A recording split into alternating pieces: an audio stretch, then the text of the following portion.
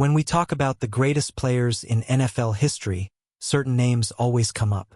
Tom Brady, Jim Brown, Lawrence Taylor. But one name seems to stand apart not just at his position, but in the sport as a whole: Jerry Rice. Today, we're diving deep into the legacy of a player who didn't just break records. He shattered them so thoroughly that decades later, no one's even close. So, how good was Jerry Rice actually? Buckle up, because this story is about more than just stats. It's about work ethic, precision, longevity, and a man who may have been built differently than any other NFL player ever. Let's start at the beginning. Jerry Rice wasn't born into football royalty. Far from it. He grew up in Starkville, Mississippi, a small town where life was tough, opportunities were few, and football was everything. His father was a brick mason, and young Jerry spent his summers hauling bricks, mixing mortar, and doing backbreaking work in the sweltering Mississippi heat. Some say that's where his legendary work ethic was forged, literally in the fires of a Mississippi summer. Anecdote: there's this famous story. Jerry was so fast as a teenager that when he skipped school, the principal chased him, and Jerry outran him. That's how he got noticed for football in the first place. Imagine, if Jerry hadn't skipped school that day, would we even be having this conversation right now? Studio microphone asterisk. Now fast forward to the 1985 NFL Draft. The 49ers traded up to snag Rice with the 16th pick. A kid from tiny Mississippi Valley State, not exactly Alabama or USC, coming into the league to join a team that had just won a Super Bowl. Bill Walsh, the genius behind the West Coast offense, saw something no one else did. At first, Rice struggled. He dropped passes. He wasn't used to the speed of the NFL. In fact, early on, some doubters called him a bust. But that's where his mental toughness kicked in. He stayed late after practice, ran extra routes, caught hundreds of balls from the jugs machine. And before long, those drops turned into touchdowns. Asterisk. I want to know, do you remember when you first realized Jerry Rice was different? Drop a comment if you saw his early days, or if you first saw him in those iconic Super Bowl moments.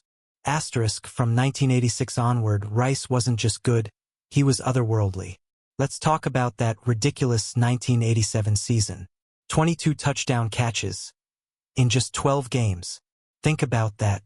That's nearly 2 touchdowns per game during a strike-shortened season.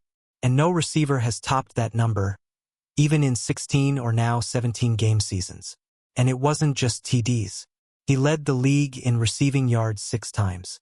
He posted over 1,200 receiving yards in 12 different seasons. 12. For most receivers, that's a career year. For Jerry, it was the baseline. Asterisk. Interesting stat. If you took away all of Jerry Rice's touchdowns, he'd still rank top 10 in career receiving yards. Let that sink in. Studio microphone. And what's crazy? He wasn't the fastest. He wasn't the biggest. He wasn't the strongest. He simply worked harder, ran crisper routes, and outthought everyone on the field. Cornerbacks would swear they had him locked down, and he'd still be wide open. Let's spend a moment on that work ethic, because honestly, it's the stuff of legend. His off-season hill runs with Roger Craig, oh man.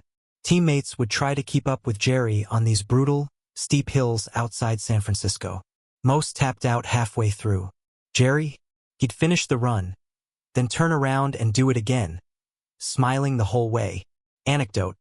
Former teammate Merton Hanks said, "If you wanted to die, you tried to keep up with Jerry Rice in the off-season." And it wasn't just conditioning. Jerry caught thousands of passes a week. He practiced every route like it was the Super Bowl. When younger receivers came in, they'd think, okay, this is Rice's warm-up. Nope, that was full-speed Jerry. Every rep, every time. Be honest. How many of you would have survived a single hill run with Rice? Let me know below, or tag the friend you think would have quit first. And oh man, the Super Bowls. Rice wasn't just a regular season monster, he was a big game assassin. Let's break it down. Super Bowl 23, 11 catches, 215 yards, 1 TD. Super Bowl MVP. Super Bowl 24, 7 catches, 148 yards, 3 TDs. Super Bowl 29, 10 catches, 149 yards, 3 TDs. That's 33 catches, 589 yards, and 8 touchdowns in just 3 Super Bowls. When the lights were brightest, Rice didn't just show up, he stole the show. Can you imagine putting up 215 yards in a Super Bowl today? Twitter would break. Asterisk, what really separates Rice is the longevity. Most receivers have a 5 to 7 year prime. Jerry Rice? His prime lasted from 1986 to about 1996. That's a full decade of elite production. And even after that, he was putting up 1,000-yard seasons at 38, 39, 40 years old.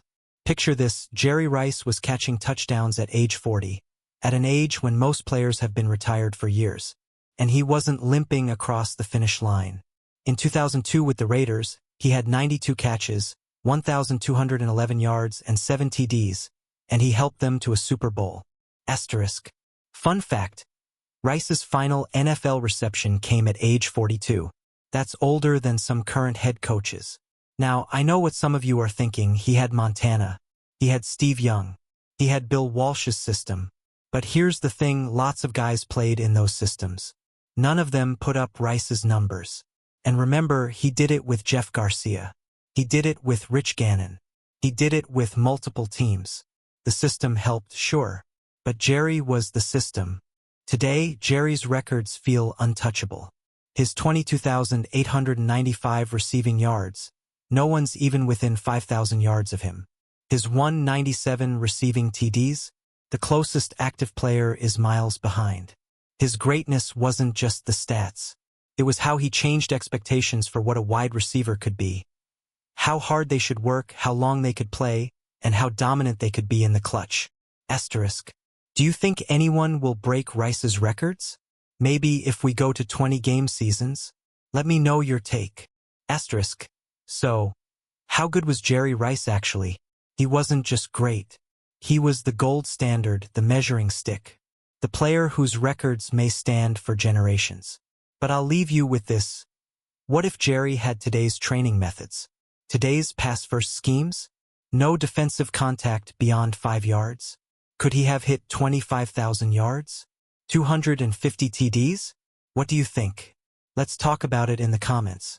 Because Rice's greatness is something we're still trying to fully appreciate all these years later. Asterisk. If you enjoyed this deep dive, don't forget to like, subscribe, and hit that bell. We've got more football legends, hidden stories, and how good were they actually episodes coming your way. Thanks for watching, and remember, legends like Jerry Rice remind us that greatness isn't given. It's earned. Every route, every rep, every Sunday.